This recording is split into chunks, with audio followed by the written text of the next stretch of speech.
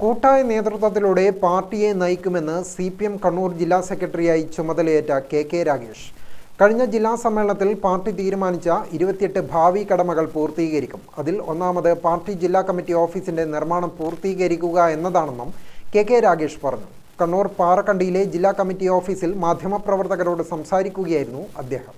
തീർത്ഥാടന ടൂറിസത്തിന്റെ ഭാഗമായി കണ്ണൂരിൽ ഉൾപ്പെടെയുള്ള സ്ഥലങ്ങളിൽ പിടിമുറുക്കുന്ന വർഗീയതയെ ചെറുക്കും. ഇതിനായി വിശ്വാസവും വർഗീയതയും രണ്ടും രണ്ടാണെന്ന് ജനങ്ങളെ പഠിപ്പിക്കും. താൻ ജില്ലാ സെക്രട്ടറി ആയത് തലമുറ കൈമാറ്റമാണെന്ന് വ്യാഖ്യാനിക്കുന്നത് തെറ്റാണെന്ന് കെ രാഗേഷ് പറഞ്ഞു. പഴയവർക്കും പുതിയ ആളുകൾക്കും പുതിയ ആളുകൾക്കും പാർട്ടിയിൽ ഇടമുണ്ട്. ഇവരെല്ലാം കൂടി ചേർന്ന കൂട്ടായ്മയാണ് പാർട്ടി.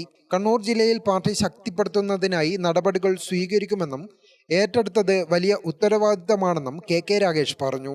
സ്ഥാനമൊഴിയുന്ന ജില്ലാ സെക്രട്ടറി MV ജയരാജൻ കെ രാഗേഷിനെ ചുവന്ന ഷാൾ അണിയിച്ചു അഭിനന്ദിച്ചു. N ചന്ദ്രൻ, പനോളി വത്സൻ, PV ഗോപിനാഥ് തുടങ്ങിയവർ പങ്കെടുത്തു.